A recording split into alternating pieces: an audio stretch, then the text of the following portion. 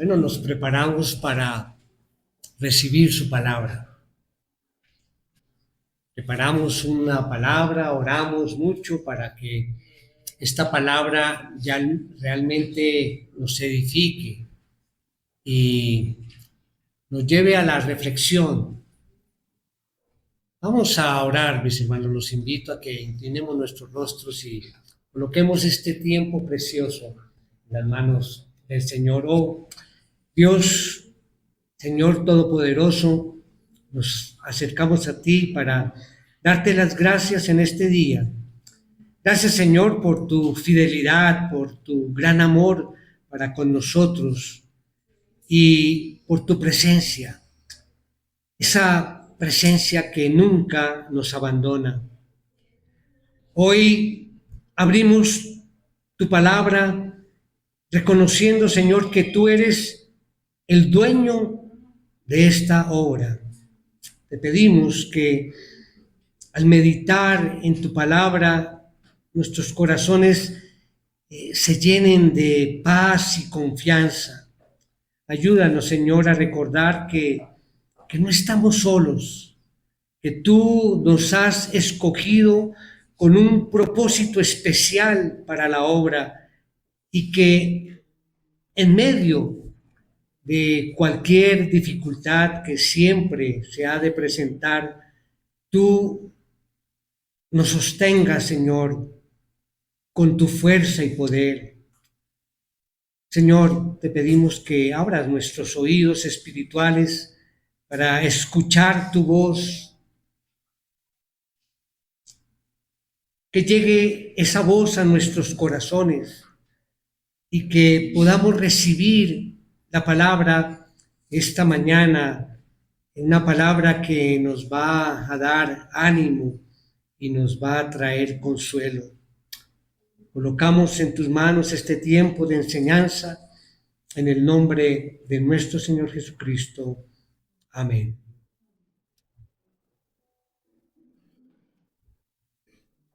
Bueno, voy a comenzar el mensaje de hoy haciendo otra pregunta. Hace algunas semanas, la pregunta con la que comencé el mensaje era que si habían visto algún paisaje, ¿recuerdan? Si habían detenido a ver esa belleza del paisaje. Y bueno, hoy es algo similar la pregunta, pero vamos a algo más profundo. La pregunta es si alguna vez tú, mi hermano, mi hermana, han observado detenidamente una obra de arte, detenidamente.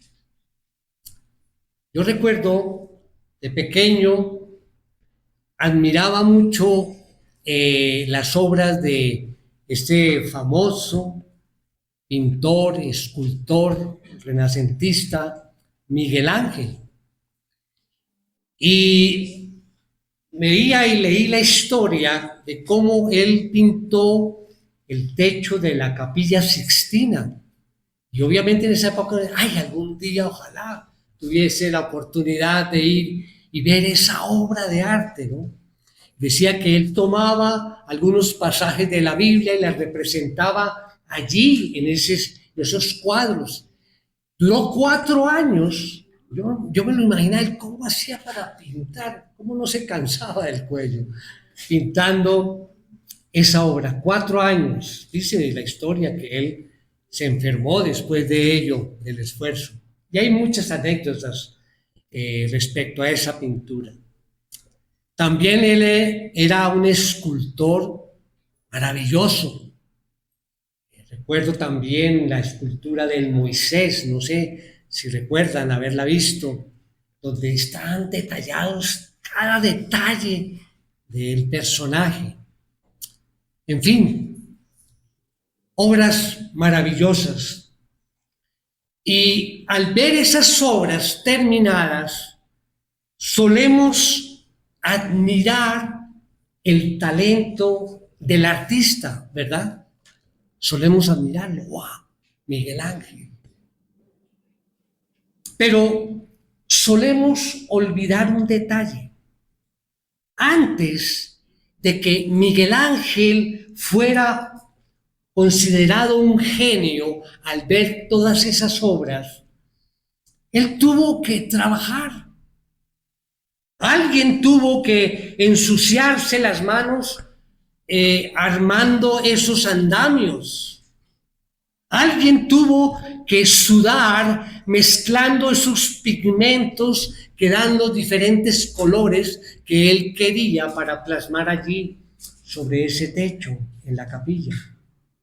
Alguien tuvo que cargar bloques de mármol bajo el sol. Alguien tuvo que hacerlo.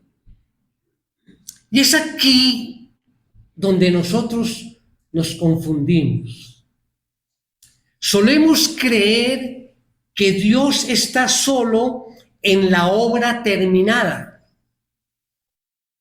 en lo bello que sucede, en lo que sucede, por ejemplo, aquí, en este preciso momento, en que estamos reunidos como iglesia. Podríamos decir una obra terminada. Y pensamos que entonces Dios no tiene nada que ver con el andamiaje de nuestra vida. Que no tiene que ver sino con lo que pasa aquí el domingo, y Él no tiene nada que ver con lo que va a pasar mañana cuando volvamos a nuestras labores. Todos, y generalizo, yo sé que hay excepciones, por supuesto, pero voy a generalizar, todos nos sentimos identificados con la sensación de que nuestro trabajo diario, el que llamamos el trabajo secular, es simplemente trabajo, mientras esperamos que lo divino o lo espiritual ocurra solo en momentos especiales. Es decir, hemos dividido nuestra vida en dos cajas o compartimentos, dos cajas. Una caja de lo espiritual, está aquí. Entonces sabemos que hay que orar, que hay que leer la palabra, que hay que congregarse, la parte espiritual. Y pensamos que ahí es donde Dios nos mira en este momento. Dios está aquí y nos mira. Pero tenemos otra caja que llamamos lo que es normal o secular, que son las herramientas de trabajo. Actualmente podemos hablar del manejo de plataformas. Ya Excel como que no, bueno, sí, Excel también vale. Trabajo en el hogar, trabajo arduo, ¿no? En el hogar. Por ejemplo, arreglar un motor en un taller, ese es mi trabajo secular. Quizá un carpintero elaborar una mesa, cuadrar una cuenta contable, pensamos, eso también está en esa caja de lo secular. Y pensamos que eso es solo trabajo y que pues, Dios no está como muy interesado en esa caja, sino en la espiritual. Pensamos eso.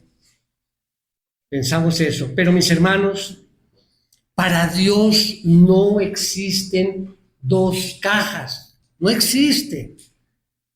Dios está tan interesado en tu oración hoy como en la herramienta que vas a usar mañana lunes. Está interesado en ambas cosas. Porque para el Creador, el andamio que sostiene al artista es tan importante como la pintura que cubre el techo. Por eso colocaba la ilustración de Miguel Ángel.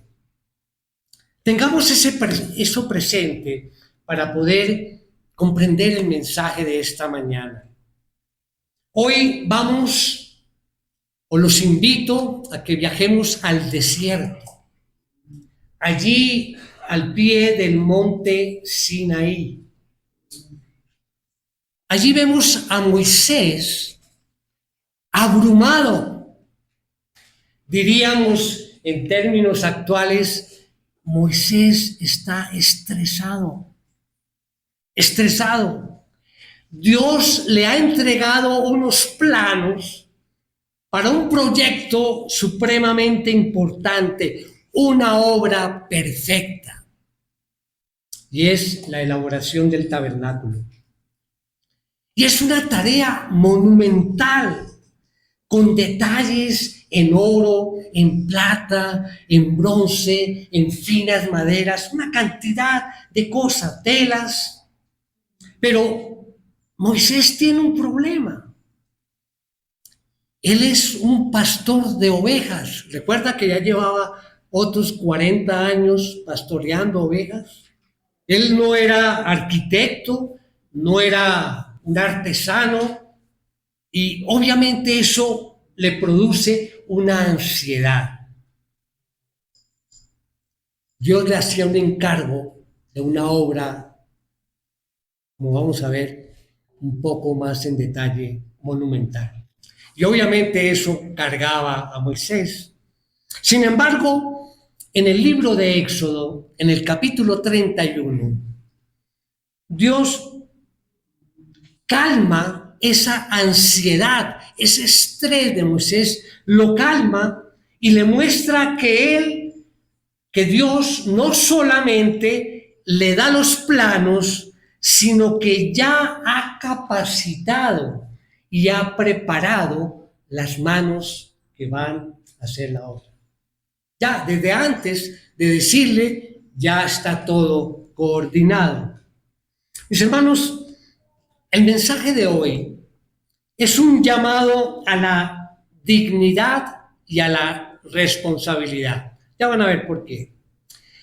Vamos a descubrir o a recordar tal vez que tu habilidad, esa habilidad o habilidades que Dios te ha dado, no son por casualidad, sino que allí hay una vocación divina. Dios no busca voluntarios que le hagan un favor. Imagínense nosotros haciéndole favores a Dios. Pues, imposible. Dios llama soberanamente a personas específicas para tareas específicas. Así que escuchemos con un corazón nuevo cómo Dios dignifica el trabajo manual, y me atrevería a decir manual y técnico, y que lo encontramos aquí en su palabra. Vamos allí entonces a nuestro texto base en el libro de Éxodo, capítulo 31, y vamos a leer los versículos del 1 al 11. Dice así la palabra: el Señor habló además a Moisés diciendo: mira, he llamado por nombre a Bezalel, hijo de Uri, hijo de Hur, de la tribu de Judá, y lo he llenado del Espíritu de Dios, en sabiduría, en inteligencia, en conocimiento y en toda clase de arte, para elaborar diseños, para trabajar en oro, en plata y en bronce, y en el labrado de piedras para engaste y en el tallado de madera, a fin de que trabaje en toda clase de labor. Mira, yo mismo he nombrado con él a Aholiab, hijo de Ahisamac, de la tribu de Dan. En el corazón de todos los que son hábiles he puesto habilidad, a fin de que hagan todo lo que te he mandado. La tienda de reunión, el arca del testimonio, el propiciatorio sobre ella y todo el mobiliario del tabernáculo, también la mesa y sus utensilios, el candelabro de oro puro con todos sus utensilios y el altar del incienso, el altar del holocausto también con todos sus utensilios y la pila con su base. Asimismo, las vestiduras tejidas, las vestiduras sagradas para el sacerdote Aarón y las vestiduras de sus hijos para ministrar como sacerdotes. También el aceite de la unción y el incienso aromático para el lugar santo. Los harán conforme a todo lo que te he mandado. Bien, con base en este pasaje, vamos a ver específicamente 4 características del llamado soberano de Dios. Ese llamado que nos insta a responder, cada uno, a responderle al Señor con fidelidad. Entonces vamos a comenzar a desarrollar nuestro mensaje. 4 puntos, esas 4 características. Y el título que le hemos dado al mensaje de hoy es Tu lugar en el diseño de Dios.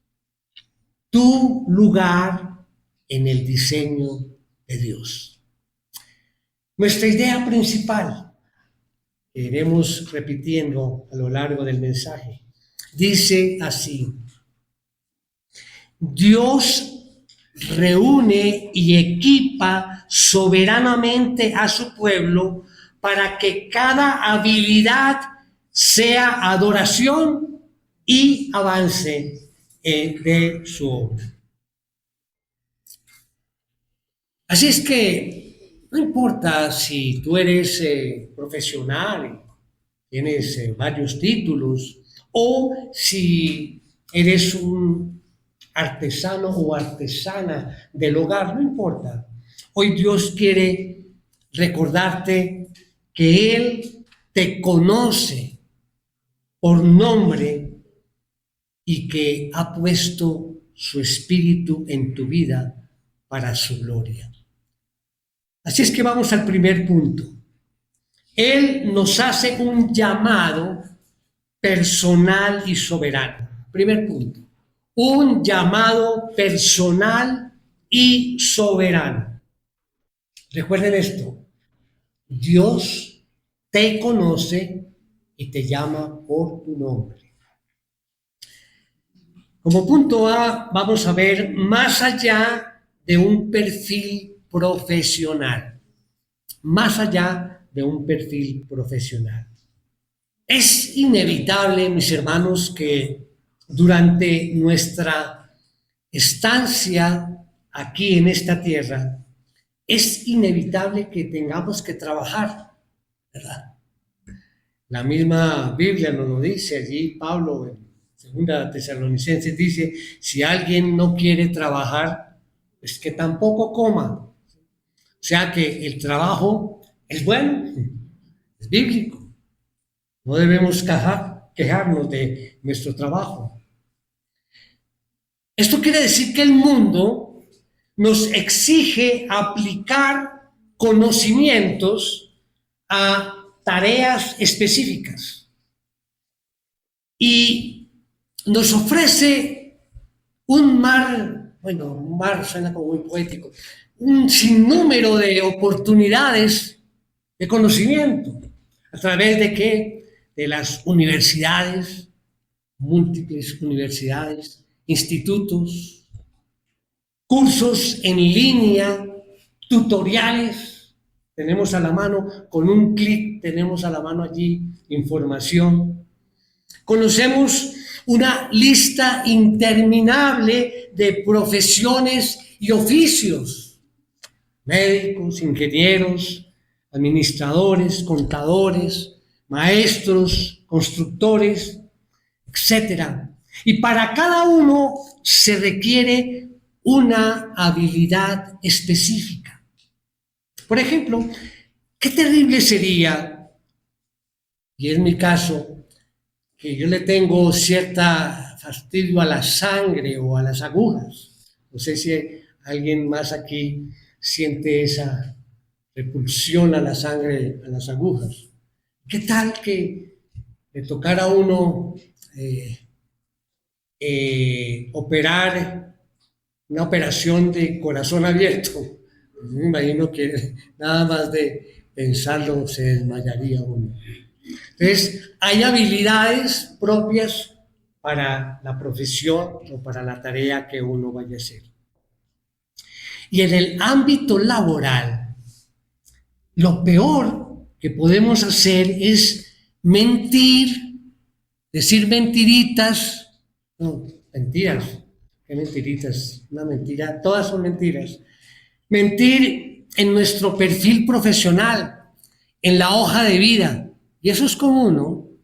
Cuando uno dice como, está como muy flojita esta hoja de vida, yo le meto esta, pronto no pasa nada. Claro que sí pasa.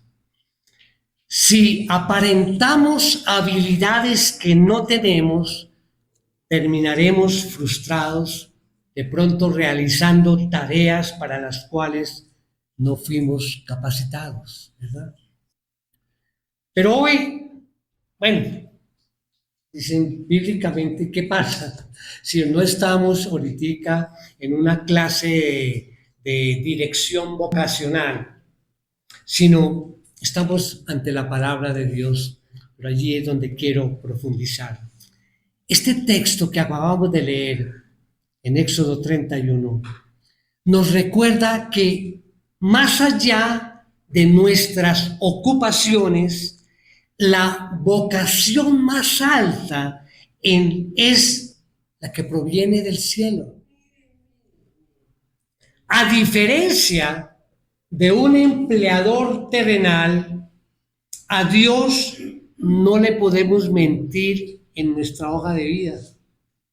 Él sabe en qué estamos capacitados. Él nos conoce y sabe qué cosa estamos dejando de hacer.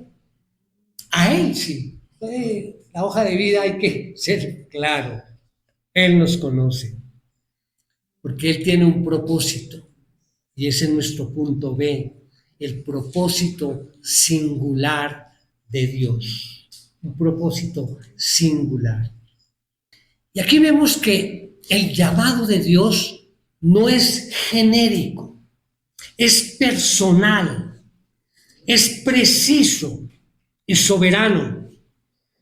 Noten el nivel de detalle en los versículos 1, 2 y en el 6. Dice, el Señor habló además a Moisés diciendo, mira, he llamado por nombre a Bezalel.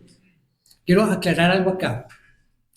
De pronto, quienes están con la Biblia, la Reina Valera, ven allí Bezalel, con doble E, ¿verdad? Bezaleel. En otras versiones yo utilizo la de las Américas, la nueva versión, y más o menos estas ediciones modernas le quitaron una E. Yo dije, curioso, porque yo consulto, preparando el mensaje, varias ediciones y Biblias. Y encontré que allí hay una parte del léxico hebreo, ¿sí? Y dice que para reflejar mejor la fonética hebrea, le quitaron la E, una de las E, en estas versiones. Pero el significado del nombre Bezalel significa bajo la sombra de Dios. Entonces, se habla de una transliteración, no tienen problema de que la lengua adopta unos sonidos hebreos de manera distinta. Con una aclaración de ese detalle. Pero entonces volvamos a leer, dice, mira, he llamado por nombre a Bezalel, hijo de Uri, hijo de Ur, de la tribu de Judá. Mira el versículo 6. Mira, yo mismo he nombrado con él, o sea, está hablando de Bezalel, dice a Aholiab, hijo de Ahisamach, de la tribu de Dan. ¿Qué nos está diciendo allí? El Señor es específico, está claro allí, es directo. O sea que el llamado de Dios es un llamado específico y eso es muy importante. Quiero que miremos atrás, vamos allí al capítulo 24.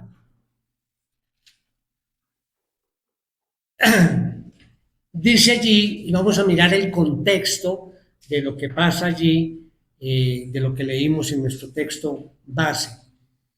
Miremos allí el contexto. Aquí tenemos a Moisés que está allí en el monte Sinaí. 24:1, capítulo 24, el versículo 1 dice: entonces Dios dijo a Moisés, sube hacia el Señor, sube hacia el Señor, tú y Aarón, Nadab y Abiú, y 70 de los ancianos de Israel, y adorarán desde lejos. Y lo que quiero hacer énfasis en ese contexto es que Dios es específico. Miremos el versículo 12, ahí del mismo capítulo 24. Y el Señor dijo a Moisés, sube hasta mí al monte y espera allí, y te daré las tablas de piedra con la ley y los mandamientos que he escrito para instrucción de ellos.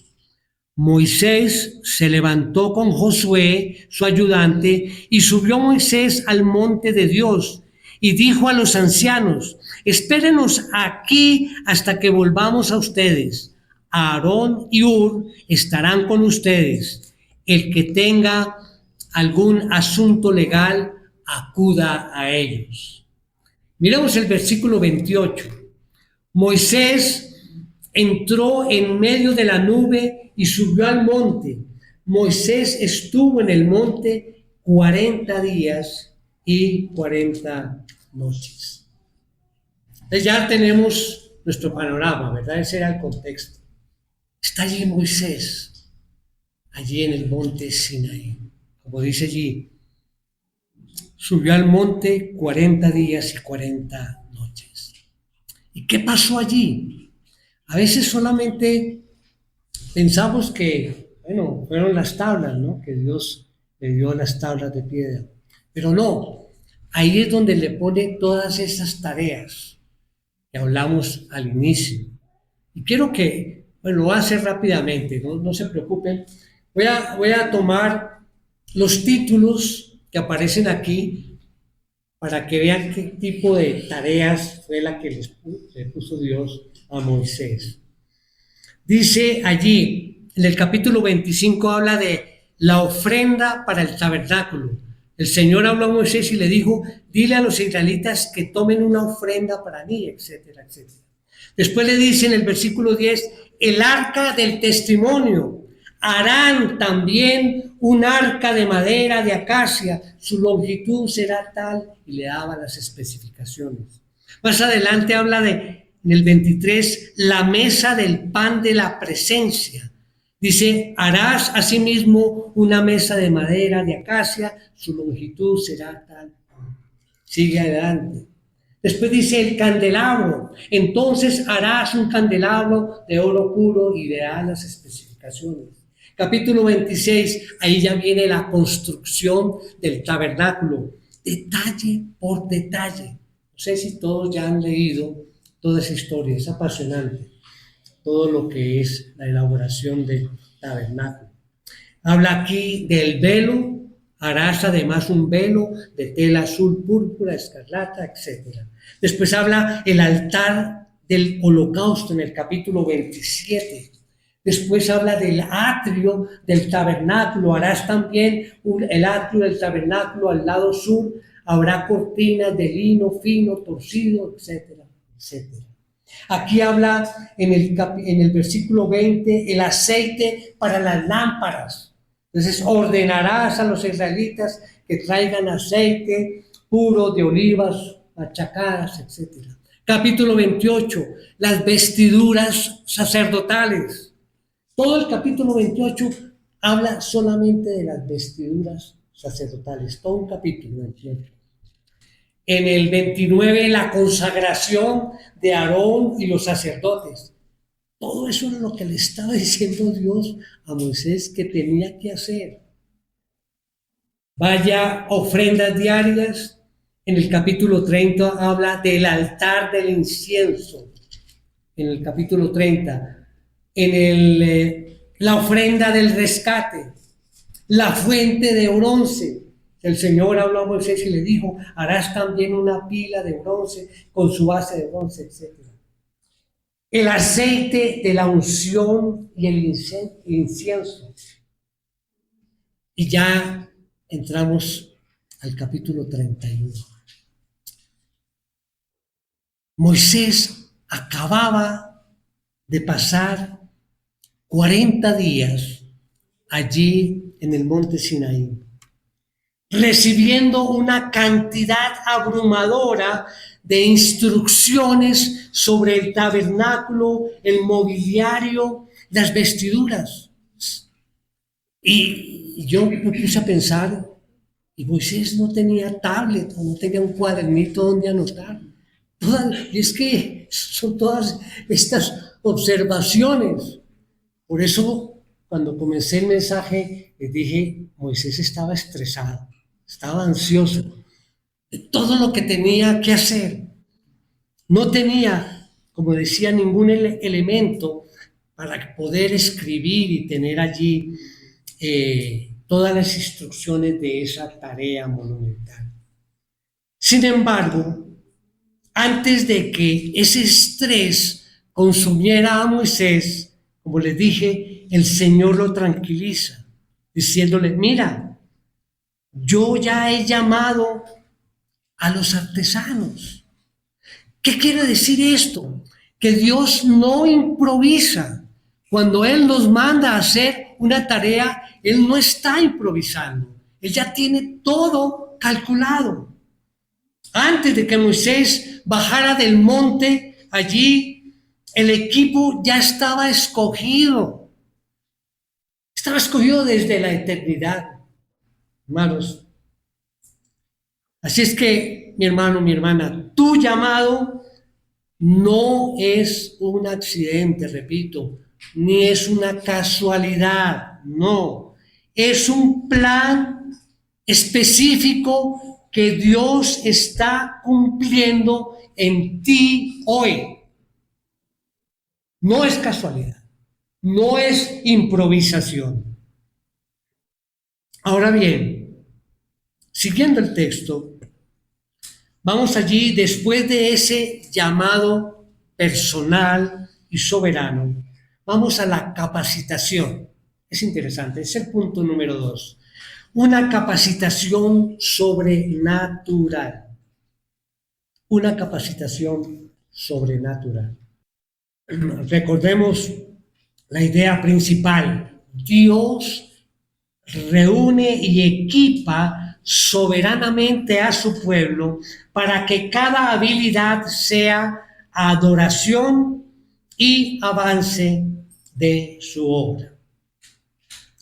Entonces aquí vamos a ver ese tema perfecto que es el complemento, porque nos habla de que estamos equipados, ¿sí?, por el Espíritu.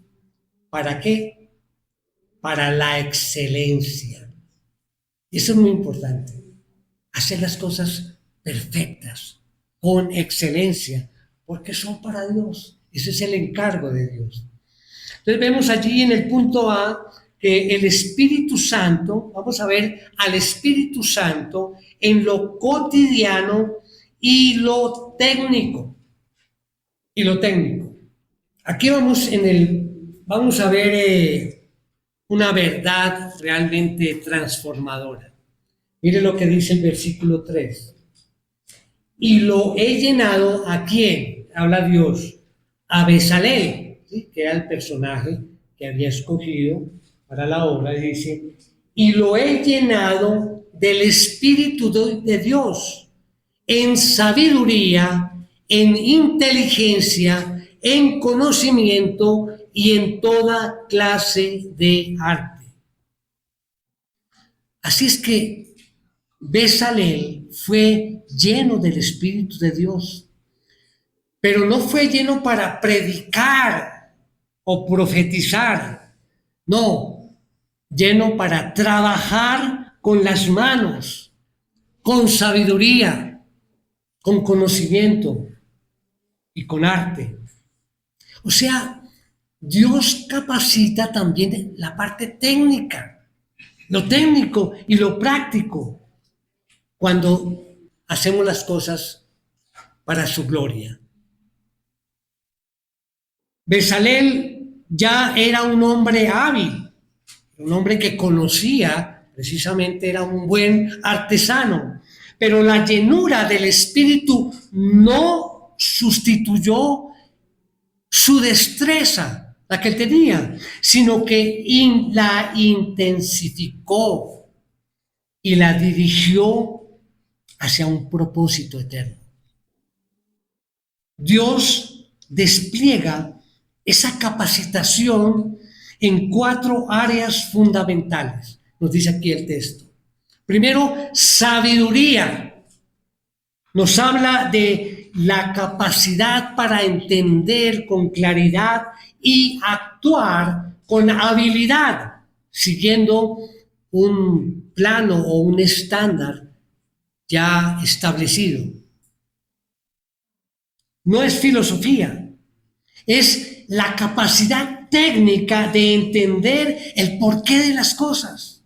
Es como un hermano aquí que no solo usa herramientas porque lo vio en un tutorial de YouTube, no, sino que él entiende la armonía de los materiales y de las herramientas que hay que utilizar para lograr el propósito de la obra. Nos habla también de un área fundamental, la inteligencia. La palabra que se usa allí en el hebreo para inteligencia apunta es a una capacidad de razonamiento y comprensión. Esta habilidad, hermanos, es analizar y discernir, tomar decisiones correctas mientras se está trabajando. Es como aquel hermano, y no es el mismo hermano del ejemplo anterior, otro hermano, que al armar una estructura detecta un error en el plano y sabe cómo corregirlo antes de que afecte la construcción. Eso es inteligencia. Pero también conocimiento, nos dice el texto, y se refiere a un conocimiento práctico ya adquirido, especialmente en un oficio específico. Implica habilidad desarrollada, dominio técnico. Es la maestría ganada por la experiencia. Pensemos en otro hermano, un carpintero que conoce cada tipo de madera y sabe cómo reacciona cada una de ellas frente a la humedad. Entonces, no solamente es que lo leyó, no, él lo vivió y él sabe. Los que trabajan con madera saben que la toman y saben qué grado de humedad y cómo necesita manejar esa madera. Lo vivió. Conocimiento es eso. Y finalmente habla de arte. Y esto habla de una destreza específica en un área específica. Y se refiere al conjunto de técnicas y capacidades manuales de ejecutar trabajos artísticos. Es la ejecución visible y bella. Ese es el ejemplo de la hermana que con cada hilada transforma esos hilos en un bordado que exalta a Dios. El arte es la sabiduría y la inteligencia puesta en acción. Ahora vamos al punto B. Una encomienda que no admite improvisación. Una encomienda que no admite improvisación. Dios nos da dones y siempre nos da la dirección para utilizar esos dones. Miremos los versículos 4 y 5, nos muestran una encomienda específica. Dice, para elaborar diseños, para trabajar en oro, en plata y en bronce, y en el labrado de piedras para engaste, y en el tallado de madera, a fin de que trabaje en toda clase de labor. Hay algo interesante. Noten que se les llamó a ellos a inventar diseños. Él les dio las instrucciones, pero hay una parte que me pareció particular, que dice aquí elaborar diseños, ¿sí? Dice aquí, en el versículo 4, para elaborar diseños. Esto implica un proceso creativo, idear. Se tendría que uno elaborar allí un boceto, elegir los materiales y fabricar desde cero. O sea, Dios no les dijo, bueno, hagan lo que puedan allá con lo que encuentren. No dijo así. Alguien decía, bueno, yo puedo sustituir, mire, no gastemos tanto oro aquí, porque eso no lo van a ver. Pongámosle cobre, que parece brillante. No. La excelencia ministerial. Esto no era una competencia para impresionar a los hombres, sino esto era una forma de adorar en forma vertical al Señor, haciendo las cosas como Él dijo y con excelencia. Por eso el Señor los había capacitado. Entonces, se trata de hacer las cosas con la máxima fidelidad al estándar que Dios estableció. Así es que, mi hermano, si tú eres bueno en algo, y yo sé que no es solamente en una cosa, sino en varias cosas, y hablamos, eres bueno en algo desde el punto secular, por ejemplo, la docencia, la administración, al traer ese conocimiento aquí a la iglesia, ¿qué nos dice la palabra? Que el Espíritu Santo lo va a potencializar y lo va a adecuar a las necesidades propias de la iglesia, de la congregación. Ya no trabajas solo con métodos que obviamente adquiriste y obviamente son válidos.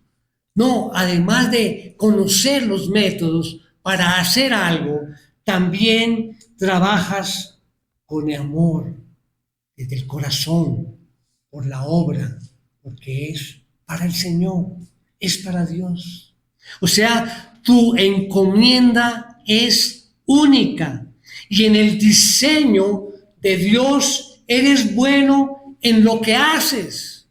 Como se dice coloquialmente, zapatero a tus zapatos. Tú conoces lo que sabes hacer y sabes que lo haces bien. Ahí viene el mensaje.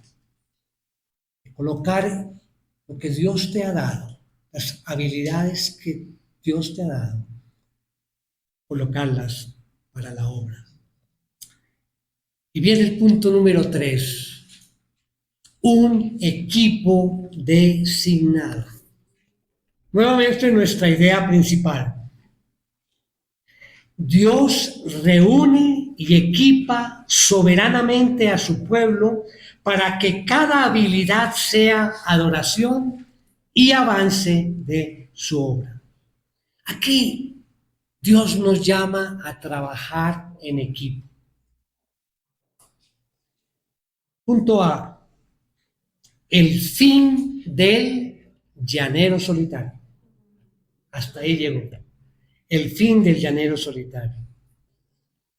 Hay un aspecto vital allí en Éxodo 31, y es que Dios nunca planeó que su obra, digamos, recayera o descansara sobre un solo hombre.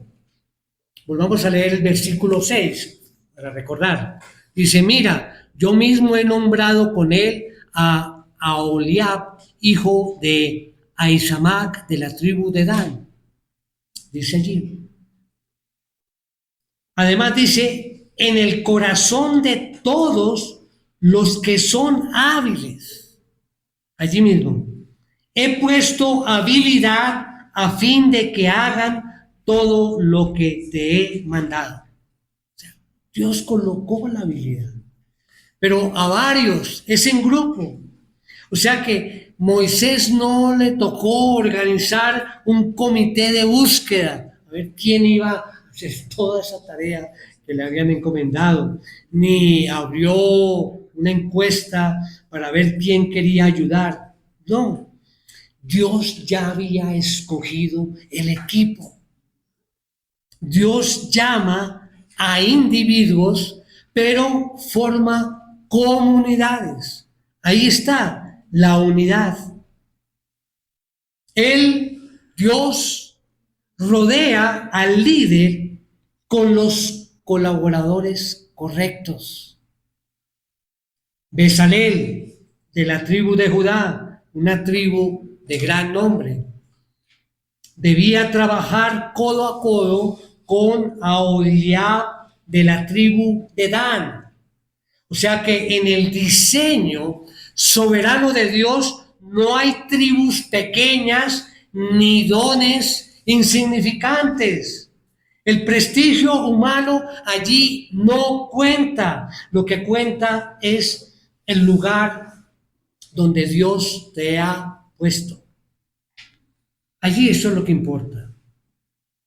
Si hoy estás aquí en un grupo de trabajo con la iglesia, no es por accidente, es parte del equipo diseñado por Dios para exaltar su nombre.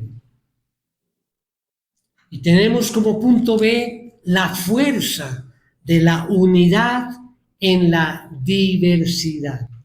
La fuerza de la unidad en la diversidad. Aquí vamos a leer dos pasajes muy interesantes. Acompáñenme allí al libro de Eclesiastés, capítulo 4, vamos a leer del versículo 9 al 12. Recuerden, vamos a hablar de la fuerza de la unidad en la diversidad. Dice allí la palabra, versículo 9, más valen dos que uno solo, pues tienen mejor pago por su trabajo. Porque si uno de ellos cae, el otro levantará a su compañero. Pero ay del que cae cuando no hay otro que lo levante. Además, si dos se acuestan juntos, se mantienen calientes. Pero uno solo, ¿cómo se calentará? Y si alguien puede prevalecer contra el que está solo, dos lo resistirán. Un cordel de 3 hilos no se rompe fácilmente. Estamos hablando de la unidad. Y esto es importante, clave para nuestra iglesia. La fuerza de la unidad. En la iglesia somos el cuerpo, ¿verdad? La cabeza es Cristo. Somos el cuerpo. Mire, acompáñenme allí a 2 de Corintios 12, 1 de Corintios 12, 14 y 17. Dice, porque el cuerpo no es un solo miembro, sino muchos. Si el pie dijera, porque no soy mano, no soy parte del cuerpo, no por eso deja de ser parte del cuerpo.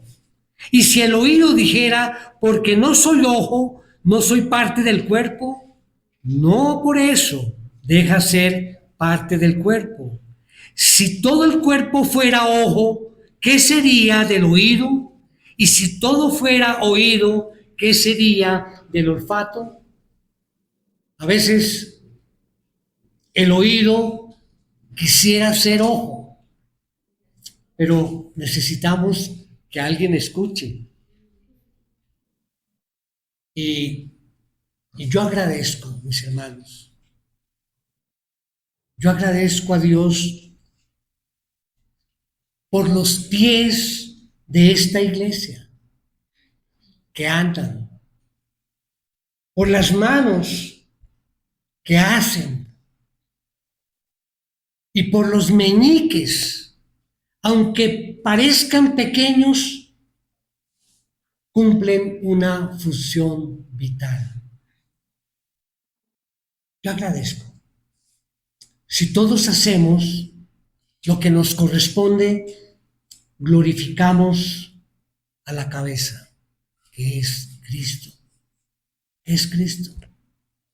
Y servir, mis hermanos, no es una competencia horizontal para ver quién sobresale. No, es un servicio mutuo, mutuo. Recuerda, Dios no se equivocó al ponerte aquí, en esta iglesia, Iglesia Bautista, Gloria a Cristo. No se equivocó al ponerte aquí, ni se equivocó tampoco en este momento específico en que estamos aquí congregados escuchando este mensaje. Quizás no es la etapa más cómoda de tu vida, pero tu encomienda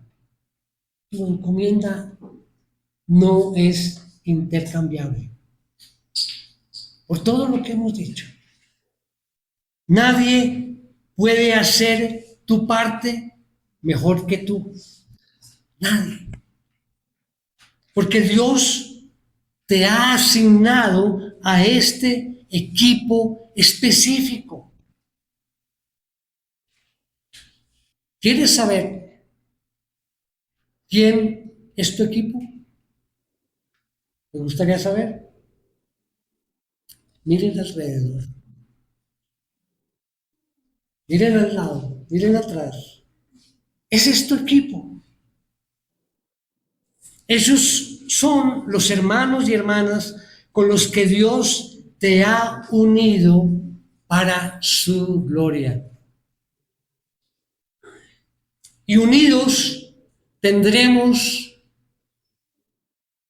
un resultado, ese es el punto número 4, un resultado garantizado, un resultado garantizado.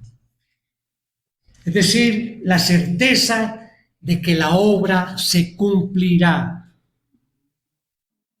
Entonces vamos a ver la eficacia, punto A, de la palabra de Dios. El llamado de Dios, mis hermanos, es eficaz. Tiene un éxito garantizado. Miren lo que dice al final del versículo 11 de nuestro texto. Dice, bueno, también el aceite de la unción y el incienso aromático para el lugar santo.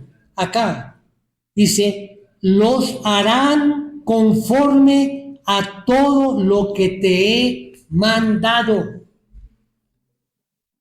Es una afirmación en futuro absoluto.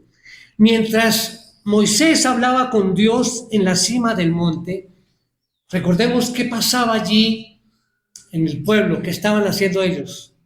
No, sumidos allí en el pecado, en la idolatría. Sin embargo, observen que el pecado del pueblo no anuló el plan soberano de Dios. No, él siguió, ya tenía todo planeado, ya había dado todas las habilidades para el equipo. O sea que cuando Dios llama, no solo da instrucciones, sino que prepara el terreno y transforma los corazones para responder. El llamado de Dios no es reactivo ni circunstancial, es predeterminado. Ese es el llamado de Dios. Así lo vemos en el capítulo 35, no vamos a mirar hasta allá, cuando Moisés finalmente convoca al pueblo. Aquellos hombres ya estaban listos, sus corazones ya habían sido tocados por el Espíritu antes de escuchar la orden. No sé si alguien siente que ya está preparado antes de escuchar la orden. El pueblo ya estaba preparado. Recuerda que hablábamos de sabiduría, de inteligencia, de conocimiento, todo lo que les había dado allí el Espíritu Santo. Entonces la obra de Dios no depende de nuestra manipulación, sino de su operación previa en nosotros. Qué descanso saber que servimos a un Dios que asegura el resultado. Y viene la última parte, la provisión. Punto B, una provisión para la obediencia. Provisión para la obediencia. ¿Qué quiero decir allí? Mis hermanos, repito, cuando Dios ordena algo, Él provee los recursos necesarios. En Éxodo 36 vemos algo asombroso. Cuando lo lean allá, y los invito a que leamos todo el libro. ¿Qué pasó allí? Que el pueblo comenzó a dar ofrendas, ¿recuerdan? Las joyas que tenían para fundirlas y para construir el tabernáculo, etcétera.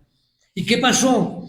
Que el pueblo trajo tantas ofrendas que los maestros tuvieron que decirle a Moisés, mire, el pueblo trae mucho más de lo que se necesita. Tuvieron que pedirles que dejaran de traer ofrendas. Dios, entonces, no solamente te capacita, sino que Él pone un equipo y además garantiza que tendrán lo necesario para terminar la tarea. ¿No nos anima esto, mis hermanos? A despertarnos un poco más y seguir en la obra que el Señor tiene aquí previsto con nosotros. Hoy la pregunta no es si tienes algo que ofrecer, sino si estás dispuesto a colocar ese algo al servicio de aquel que te salvó.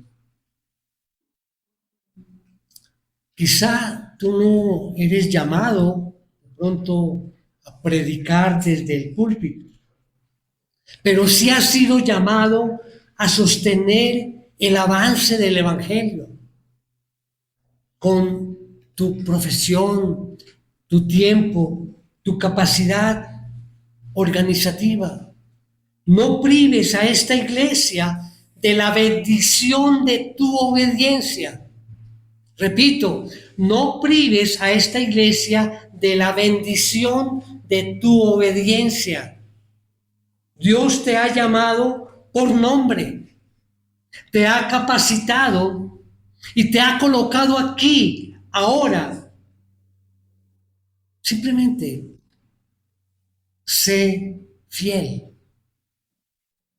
Y quizás pensemos, y lo he dicho varias veces aquí, que bueno, pero ¿qué quiero servir? Y siempre como que nos enfocamos, bueno, yo quiero servir aquí en la iglesia con los niños o en la alabanza, o bueno, como staff o como ujier. Bueno, nuestra congregación es pequeña y por eso no hay tanto campo para servir. Pero no solamente es eso, el Señor nos ha preparado para servir de muchas formas, mis hermanos, con tu profesión, con tu tiempo, tu capacidad de enseñar. Puedes enseñar al hermano que está al lado, ayudar, apoyar al hermano, orar por el hermano. Ahí estás trabajando para el Señor. Y de pronto Dios te dio la habilidad de orar por el hermano, por la hermana, interceder por las personas. Si ese es el don, hazlo por la obra y ayuda a los demás. Tu capacidad de compartir las buenas nuevas. A veces creo que pasamos por alto esa tarea, que es un mandato, es una orden. Comparta el Evangelio, las buenas nuevas de Jesús a las familias, a los amigos, compañeros de trabajo, de estudio. Hay que compartir. Esa es una forma de servir y Dios te ha dado la habilidad. Y como hablábamos del conocimiento, la inteligencia para poder hacer la obra. No prives a esta congregación de la bendición de tu obediencia. Cristo regresará en victoria y su plan se cumplirá. La pregunta es si tú serás parte de los que, como Bezalel, pusieron su corazón a disposición del Rey. Solo tú puedes decir. Esta iglesia no sea conocida solo por el sitio donde nos congregamos, sino por una congregación que puso todo su conocimiento al servicio del Dios que lo rescató. Sé fiel. Hermanos, sé fiel al llamado soberano de Dios en tu vida. Amén. Tenemos nuestros rostros. Oh Padre, Señor nuestro, gracias porque nos has llamado por nuestro nombre. Gracias, Señor, porque no nos dejas solos en la tarea, sino que nos capacitas y nos da la oportunidad de servir aquí en familia. Señor, te entregamos nuestras manos, nuestras profesiones, nuestros dones, nuestras habilidades, Señor. Que esta iglesia sea un reflejo de tu orden, de tu hermosura, Señor, a través de ese servicio fiel que nace de cada corazón.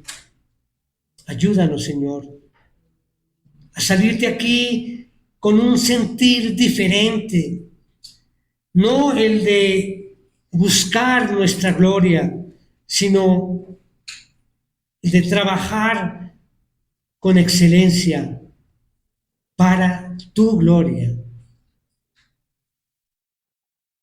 Señor, que tu Espíritu Santo continúe hablando a nuestros corazones, transformándonos y dirigiéndonos en tu voluntad. Te lo pedimos en el nombre de tu Hijo Jesucristo. Amén.